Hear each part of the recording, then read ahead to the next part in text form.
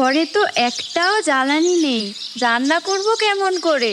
জঙ্গলের দিকে যাও, কিছু কাঠ কেটে নিয়ে এসো, তবে উনানে আগুন ধরাতে পারবো। হ্যাঁ গিন্নি, যাচ্ছি। আমিও তো তাই ভাবছিলাম। তা বলি, রান্নার জন্য বাড়িতে কি আছে? কিছুই তো নেই, গুটি কয়েক চাল আর একটা আলু, ওই দিয়েই ভাতে ভাত রেঁধে দিচ্ছি, তাই খেয়ে বাজারের দিকে যাও। আচ্ছা ঠিক আছে গিন্নি, আমি যাই জঙ্গলের দিকে।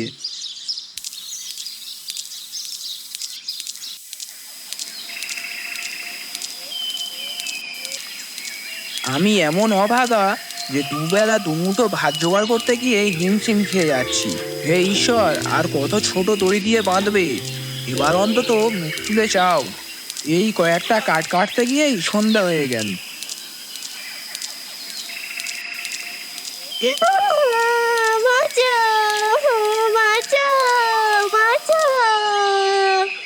কি হলো? কারোর কান্নার শব্দ শুনতে পেলাম যেন।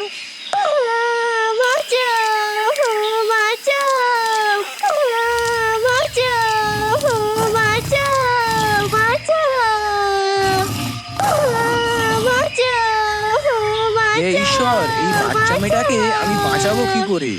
আর চারিদিকে যে বাঘেরাও ঘুরছে, আর সন্ধ্যেও এদিকে হয়ে এলো।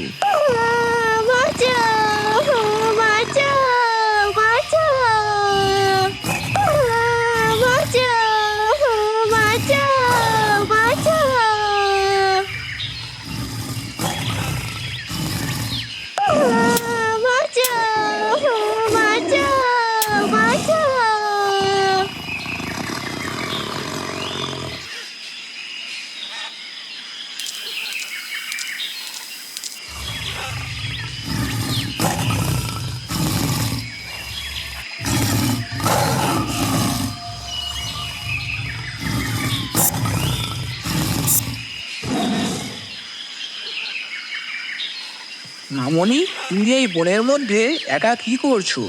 আমি পথ ভুলে এই জঙ্গলে চলে এসেছি, এখন বাড়ি যেতে পারছি না। আচ্ছা আচ্ছা, তুমি কেঁদো না, তুমি আমার সাথে বাড়ি চলো। এখন তো সন্ধেও হয়ে এলো, কাল সকালে তোমার বাড়ি পৌঁছে দেবো।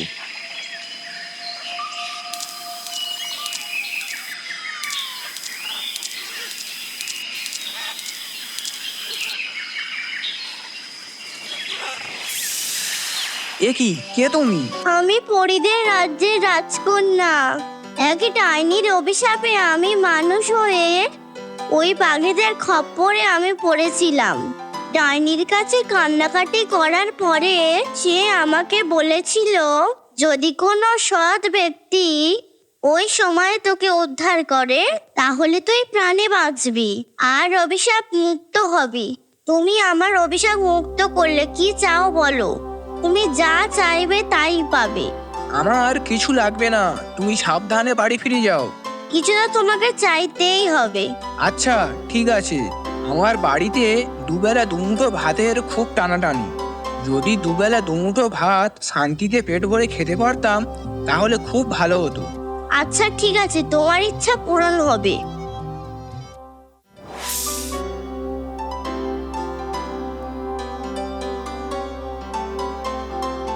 এই হাড়ের মধ্যে তুমি যে কোনো জিনিস রাখবে, সেই জিনিসে এই হাড়ি ভরে যাবে।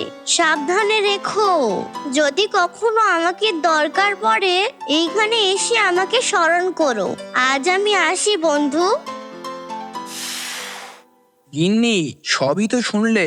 ঈশ্বর এতদিনে মুখ তুলে তাকিয়েছেন, আর আমাদের অভাব থাকবে না। হ্যাঁ, ঠিক বলেছো, আশেপাশের মানুষদেরও কিছু সাহায্য করতে পারবো। ঠিক আছে, যা বলছো তাই হবে, এখন খেতে দাও। কই গো বউ, খেতে দাও।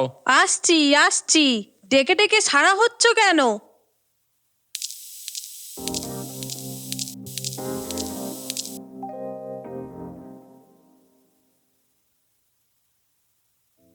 এটা কি? আমার গলা দিয়ে নামবে না। প্রতিদিন শাক সেদ্ধ আর ভাত ভালো লাগে না আর। পাশের জমি থেকে দুটো শাক আনছি বলে তবু খেতে পাচ্ছ, না হলে বুড়ো আঙুলের ঠেলা দিয়ে ভাত ঠোকাতে হতো। থামো থামো, তোমার খোঁটা খেয়ে তো আমার পেট ভরে গেছে, আর খাওয়ার কি প্রয়োজন আছে? তাই খেয়ে যদি সত্যি পেট ভরতো তাহলে তো শাক সেদ্ধও করতে হতো না। বৌদি, ও বৌদি,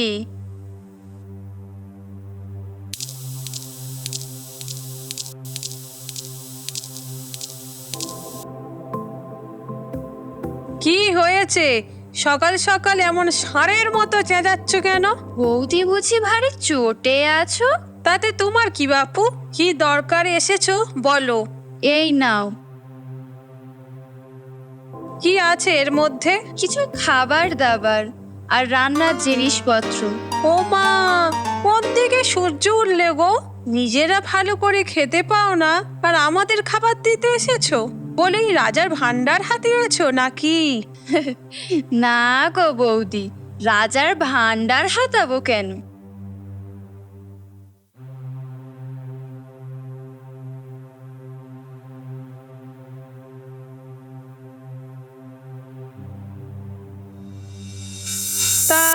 তাহলে তোমাদের আর খাওয়ার অভাব থাকলো না তো?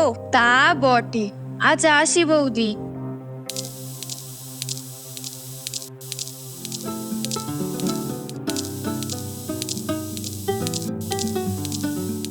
বউ, আমার একখান কথা শুনবে? আমি এখান থেকে তোমাদের সব কথা শুনেছি। আজ বিকালে তুমি মদনের বাড়ি যাবে, আর হাঁড়িটা কোথায় রেখেছে সেটা ভালো করে তুমি দেখে আসবে, ঠিক আছে? কেন? তা দেখে আমি কি করব? ওহ উফ, তোমার ঘটে কি ভগবান একটু ঘিলুও দেয়নি? কিছু কি বোঝো না? দেখে এসে আমায় বলো, দেখবে তারপর থেকে আর আমাদের অভাব থাকবে না। ও ও, বুঝেছি বুঝেছি। বিকালে লালটুর বউ মদনের বাড়ি গিয়ে দেখে এলো হাঁড়িটা কোথায় রাখা আছে।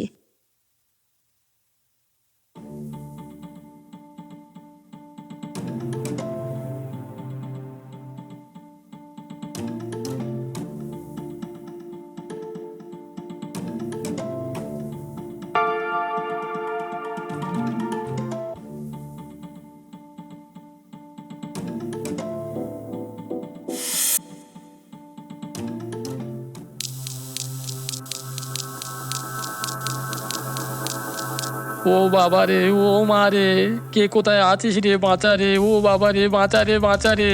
লালটুর চিৎকারে মদন আর মদনের বউয়ের ঘুম ভেঙে যায়। তারা বাইরে বেরিয়ে দেখতে পায় এ কি লালটুদা, তুমি এত রাতে এখানে কি করছো? তোমার মাথায় ওটা কি? এ তো আমাদের হাঁড়ি। তুমি চুরি করতে এসেছিলে? লালটুদা, তোমার থেকে এটা আশা করিনি।